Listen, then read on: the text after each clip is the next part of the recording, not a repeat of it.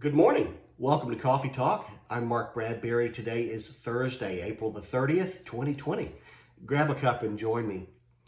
When my kids were little, I recall a conversation in the car one Sunday morning after church. We were on our way home, and I asked my two older ones, very little at that time, what they'd learned in Sunday school that day.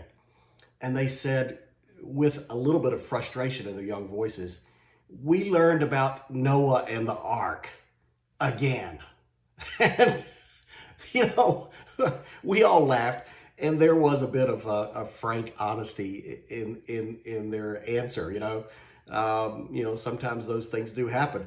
Yet there are certain stories that do bear, good retelling. And Noah and the Ark is one of those. I mean, you know the story from the book of Genesis, right? How God had grown weary of the world's corruption and he decided to do a global reboot. He called Noah and his family and he said, hey, go build a ship, build this ark, collect up some representative animals, gather them up two by two, and ride out this worldwide flood that I'm getting ready to send. So, yeah, that's what Noah did. It was the ultimate disaster tale, by the way, and it culminated in a rainbow and a promise, as you know. But of course, after reflecting on that a little bit, I wonder if, I might need a refresher myself. I mean, there's a lot to learn from old Noah, right? There are times that we all need some practical reminders of some, basic wisdom from the stories that we've heard before. And consider these from the story of Noah. You should first plan ahead. You should always try to be ready for the future. It wasn't raining yet when Noah started building the ark. So remember what the Boy Scouts say, be prepared, right? And don't miss the boat. Good information to know. I mean, there are times that you can be too late, right? It might be for your kid's first time at bat. It might be that dance recital. It might be the opening night for the theater that you're going to. Or, if you're at the airport and they tell you the plane is going to leave at 10 o'clock, you'd better be there on time. Stay in shape too. Noah was 600 years old. You never know when you might be called upon to do something big, right? And by the way, don't listen to the sideline critics. A lot of experts made fun of Noah, but he built the ark anyway.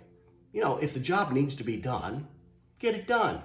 Good enough. It does not always take a professional either. The ark was built by amateurs. Remember who built the Titanic, right? And for safety's sake, travel in pairs, right? That's always good advice.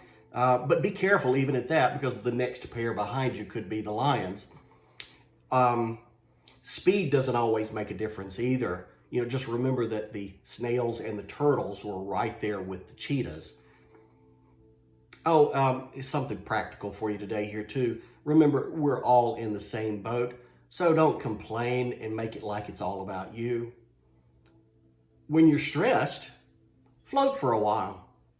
Yeah, I imagine it was all pretty stressful, what with all the wild animals on board, and of course, that everybody else in the world had died.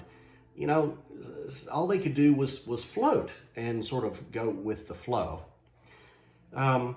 Make sure to build your future on high ground too. The ark came to rest on a mountaintop. That's a pretty good place to start. And finally, remember this. No matter what the storm, when you're with God, there's always a rainbow waiting. There you go. Some proverbial wisdom from an old story.